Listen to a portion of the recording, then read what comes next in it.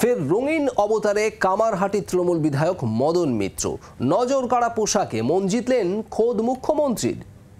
সূত্রের খবর, মুখোমুখি সাক্ষাৎ হতেই মদন মিত্রের পোশাকের তারিফ করলেন মমতা বন্দ্যোপাধ্যায়।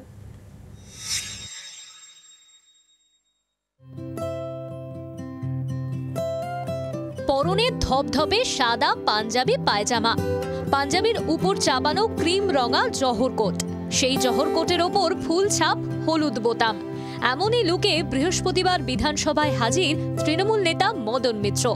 মদনের এই পোশাক মন কাড়ল খোদ মুখ্যমন্ত্রীর। সূত্রের খবর, তৃণমূলের কালারফুল বয়ের পোশাক নিয়ে প্রশংসা করলেন মমতা বন্দ্যোপাধ্যায়।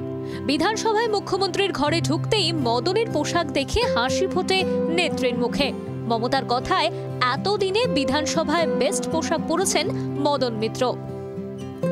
বরাবর লাভলি সাজে কেতা দুরস্ত থাকতে পছন্দ করেন কামারহাটির বিধায়ক। মদনের এই রঙিন স্বভাব অজানা নয় মুখ্যমন্ত্রীর। এর আগেও মদনের পোশাক নিয়ে রসিকতা করেছেন মুখ্যমন্ত্রী।